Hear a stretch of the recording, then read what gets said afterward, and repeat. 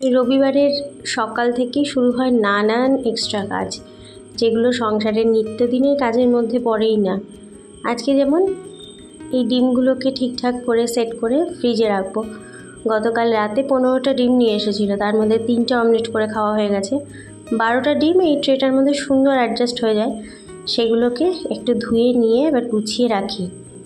ডিম ধুয়ে রাখলে খুব তাড়াতাড়ি সেগুলোকে খেয়ে নেওয়া উচিত, তাই জন্য খুব বেশি করে ডিম আনতেই বারণ করি। মাছ চলে এসেছে, মাছগুলো পরে ধোবো, আগে সকালের খাবারের ব্যবস্থা করি।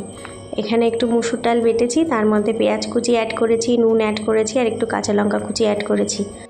মুসুর ডালের বড়া দিয়ে পান্তা ভাত কি অপূর্ব যে খেতে লাগে আমার কাছে। আমার সঙ্গে সঙ্গে এদেরকে সবাইকেও শিখিয়ে নিয়েছি। গতকাল রাতে একটু সেদ্ধ ভাত খেতে ইচ্ছে হয়েছিল, ফলে দুপুরের ভাত অনেকটাই রয়ে গেছিলো। সকালে সমস্ত জলের বোতলগুলো ধুয়েছিলাম, তাই গ্লাসে ভরে এইভাবে জল রেখে দিয়েছি। গতকাল দুপুরের এতগুলো ভাত রয়ে গেছে, এটাকে ভালো করে ধুয়ে জল দিয়ে ফ্রিজে রেখেছিলাম। সেই ভাতটাকেই আবার সকালবেলায় একটু ধুয়ে নিয়ে রেখে দিয়েছি। এটাই সুন্দর আমাদের 3 জনের খাওয়া হয়ে যাবে। জল ঢাকা দিয়ে রেখেছি।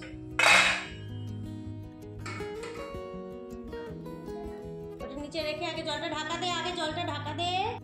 ওই কাজটা ওকেই করতে হবে। আগে ওই 2 গ্লাস জল রেখে আসুক, আর এই ভাতের থালাগুলোও নিয়ে যাবে। একটু কাজ করে, আর ওদের 2 জনের জন্য আগে বড়াগুলো ভেজে তুলে দিই, তারপর কয়েকটা ভাজবো, যেটা আমি নিয়ে বসবো। জলটা ঢাকা দে আগে তুই, আমি একটু পরে বসছি। বড়াটা নিয়ে যা তো।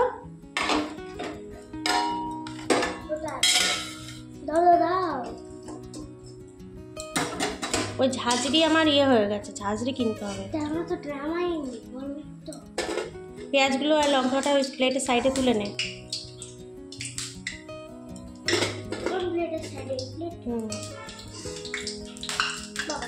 কিছু হবে না, ওটা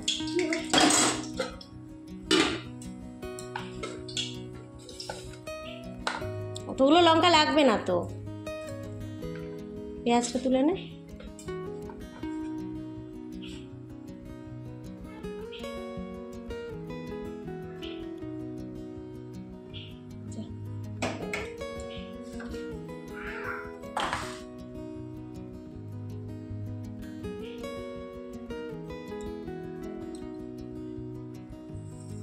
ওটা বাবার থালা।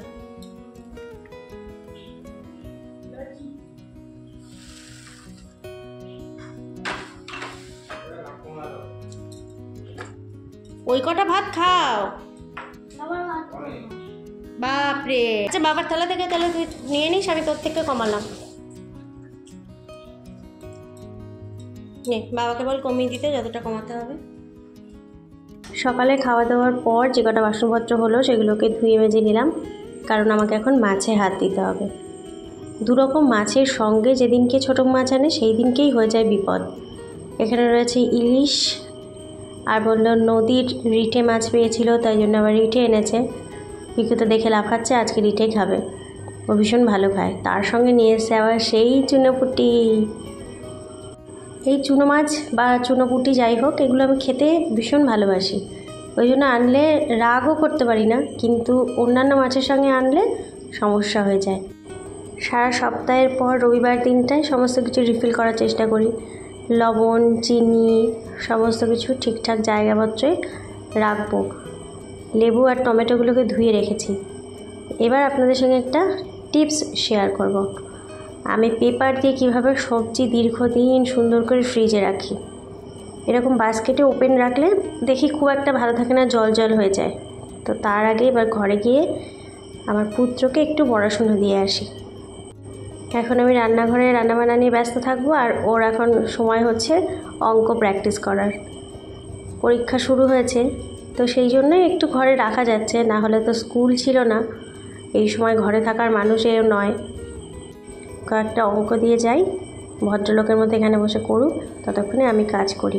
এখানে পিকুর স্কুল থেকে পাওয়া পেপারগুলো রাখি। যে পেপারগুলো মোটামুটি চোখ বোলানো হয়ে যায় সেগুলোকে একরকম ভাঁজ করে রাখি, আর যেগুলো দেখে পারে না সেইগুলো একটু অন্যরকম ভাঁজ করে রাখি।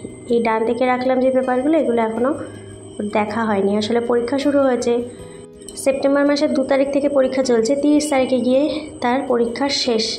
গোটা মাস জুড়ে চলছে একটা হুলস্থুলো। এই পেপারগুলো আমি এখন রান্নাঘরে নিয়ে যাব, আর যেগুলো মোটামুটি একটু পড়াটরা হয়ে যায় সেইগুলোকেই আমি কাজে লাগাই। খবরের কাগজ ভীষণ কাজে লাগে। এই দুখানা কেটে কিছু ক্র্যাফট বানিয়েছিল, তো এইগুলোই এখন আমার কাজে লাগবে। আর বাইরে ঝাঝালো রোদ যাকে বলে, সকাল 10:30 বাজে মনেই হচ্ছে না, মনে হচ্ছে দুপুর 12টা কি 2টোর রোদটা যেমন তেমন। মেলা থেকে এই তেলের বোতলগুলো আমি কিনে এনেছিলাম। তখন ভেবেছিলাম কি এইটুকু তেল কদিন চালাবো, কিন্তু খুব সুন্দর মাপে মাপে আমি তেলটা ইউজ করতে পারি। এর গায়ে যেহেতু মাপ দেওয়া রয়েছে। নুন আর চিনির পাত্র সবসময় নাকি পরিষ্কার করে রাখতে হয় রান্নাঘরে, তাই জন্য আমি যেখানে বেশি পরিমাণে মজুদ রাখি সেই পাত্রগুলোকে টোটালি আলাদা রাখি, আর রান্নার জন্য আলাদা কয়েকটা পাত্রের মধ্যে ভরে নিই। যে কোনো মশলাপাতি কৌটোর মধ্যে দেখবেন চামচ রাখার সময় সোজাভাবে চামচটাকে ঢোকালে অনেক সময় ঠিকঠাক সেট হয় না, হয়তো ঢাকনাটা আটকাতে যায় না, তখন আমি এরকম উল্টে নিই, দেখি খুব সুন্দর আটকে যায়। শনিবারের পটল পোস্ত বানিয়ে কৌটোটার মধ্যে ঠিকঠাকভাবে আর পোস্তটাকে ঢেলে রাখবো সে সুযোগ আর সময় কোনোটাই হয়নি। তো এখন আগে এটাকে ঠিক করে জায়গা মতন রেখে নিই। রান্নাঘরের সব থেকে দামি মশলা হচ্ছে পোস্ত। তো এবারে দেখাই আমি কিভাবে পেপারগুলো দিয়ে সবজিগুলোকে গুছিয়ে রাখি। আজকে খুব বেশি সবজি বাস্কেটের মধ্যে রাখতে হবে না। এই টমেটোগুলো আগের সপ্তাহে আনা, আজকে যেহেতু আবার টমেটো নিয়ে এসেছে তাই জন্য আগেরগুলো আগে খেতে হবে, বের করে রাখবো। আর এইগুলোকে ধুয়ে রেখেছি, লেবু লঙ্কা এখানে কিছুটা ধুয়ে রাখা রয়েছে। আর এবারে পেপারের মধ্যে করে মুড়িয়ে এইভাবে বাস্কেটগুলোকে আটকে আটকে রেখে দেবো। পেপার দিয়ে খুব বেশি দিন কিন্তু রাখা যায় না, তাহলে পরে আবার জল জল একটা ভাব হয়ে যায়, তখন আবার সবজিই পচে যাবে। কাঁচা লঙ্কা একটা জিনিস আমি লক্ষ্য করেছি, যদি বোটগুলো সমেত এরকম পেপারে মুড়িয়ে রাখা হয় বেশি দিন তাজা থাকে, আর যদি বোটগুলোকে ছাড়িয়ে রাখি সেক্ষেত্রে একটু গাটা কেমন রিঙ্কলস পড়ে যাওয়ার মতো হয়। মোটামুটি হয়ে গেছে। এবার রান্না করার জন্য যেটুকু নুন চিনির পাত্রে ঢালতে হবে সেটাকে একটু গুছিয়ে নিই। টেবিলে আমি যত ভালোই নুনের পাত্র রাখি না কেন, সেই দেখি জল জল জল জল হয়ে যায়, ওখানে ওই জন্য অল্প করেই রাখা থাক। আর লেবুগুলোর এই ব্যবস্থা করে রাখি, এটা আমি আগেও একবার শেয়ার করেছিলাম। লেবু কখন খাবো তার ঠিক নেই, তবে এত সুন্দর লেবু যদি নষ্ট হয়ে যায় খুব খারাপ লাগে। ডাইরেক্ট ফ্রিজে রাখার থেকে এইভাবে জলের মধ্যে করে রাখলে দীর্ঘদিন ভালো থাকে।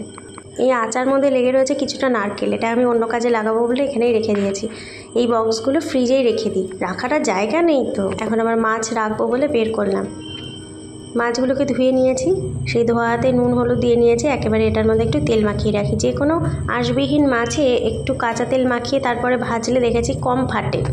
এবারে এই সুন্দর করে মাছগুলোর মধ্যে নুন হলুদ মাখিয়ে নিই। ইলিশ মাছ আজকে রান্না করব না, এটা তোলা থাকবে।